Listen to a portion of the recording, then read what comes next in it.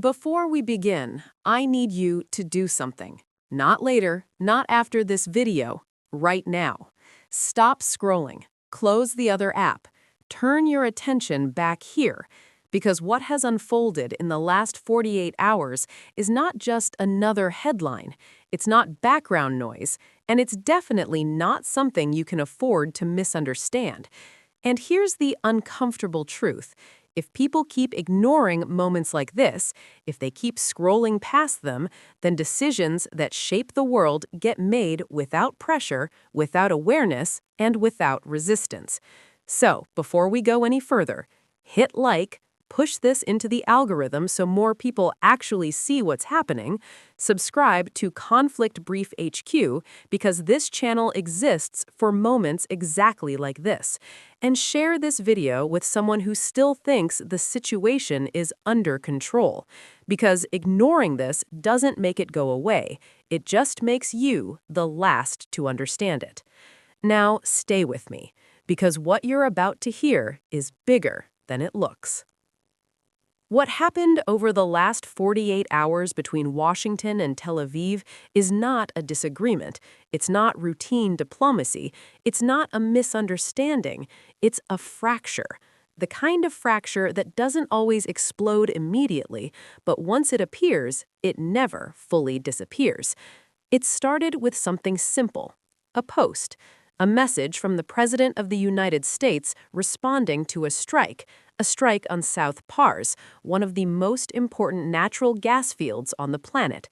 At first glance, it looked like standard political messaging, but if you read it carefully, if you actually listen to the tone, it sounded like distance, not ownership, not alignment, distance. And in geopolitics, that matters. Because distance between allies, especially during war, is never accidental. Then came the response. Not quietly, not behind closed doors, publicly. Israeli sources made it clear that the United States had prior awareness of the strike. That changes everything, because allies don't publicly contradict each other on something this serious unless something deeper is already broken. That moment forced a reality. Either there was alignment that is now being denied, or there was miscommunication at the highest level, and neither of those scenarios is stable. Inside Washington, moments like this create paralysis, because there are only two options: stand by your ally and accept escalation, or distance yourself and risk fracture. There is no third option.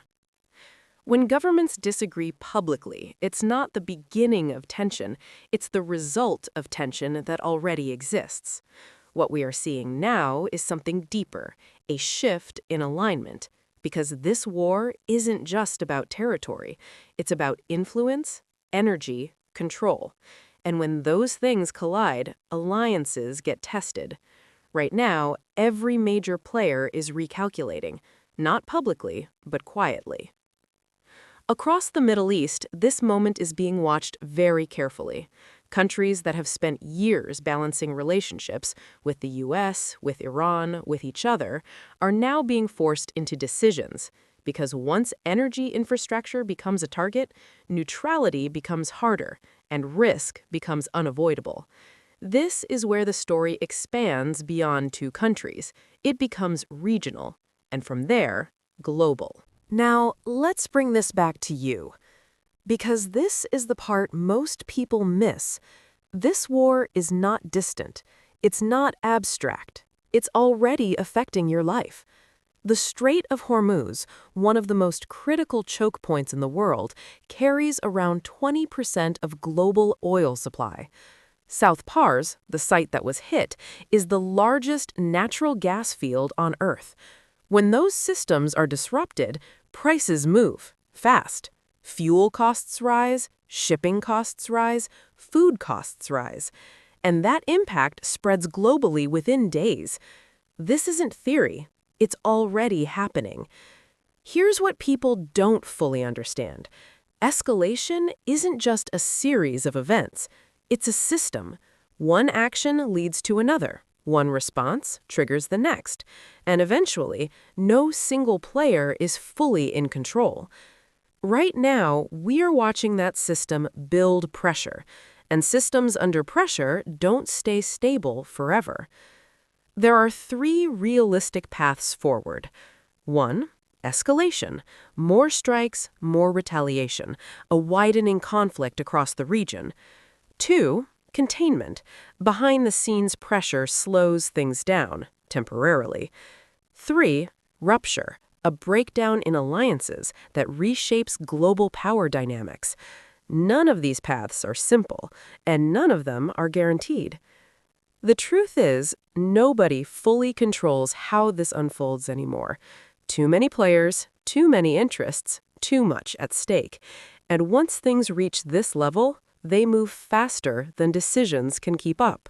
So don't do what most people do. Don't watch this, understand it, and then move on like it doesn't matter, because that's exactly how moments like this get ignored, until they become impossible to ignore. If this video made things clearer for you, hit like, push this to more people who need to see it. Subscribe to Conflict Brief HQ because this is just the beginning.